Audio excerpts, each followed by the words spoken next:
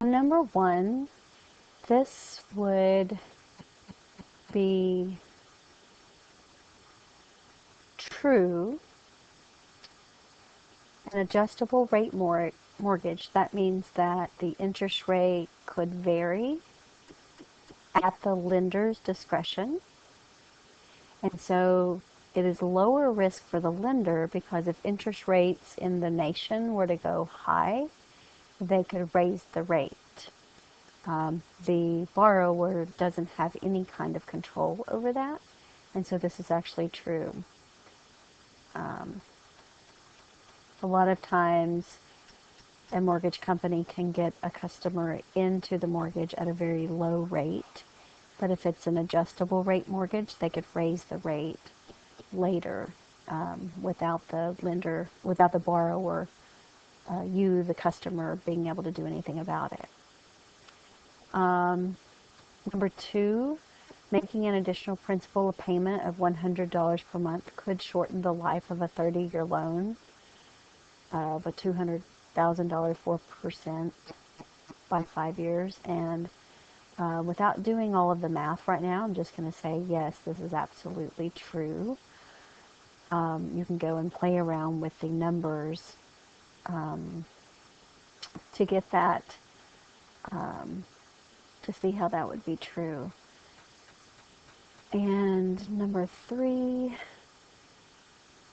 if you have a large credit card balance and you have an interest rate which is really high at 19%, another credit card promises a very, very low interest rate of 3% for the first 3 months. Would it be obvious that I should switch to this new card? And I would say false here because it's only 3 months, right? And then my question would be, well, what is the interest rate after the 3 months?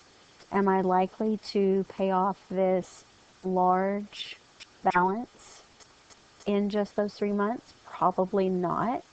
I want to know more information. So it's not obvious that I should switch to the new card. I need more information.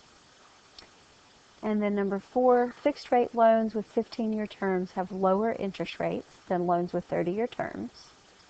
That is true. Lower interest rate for shorter terms.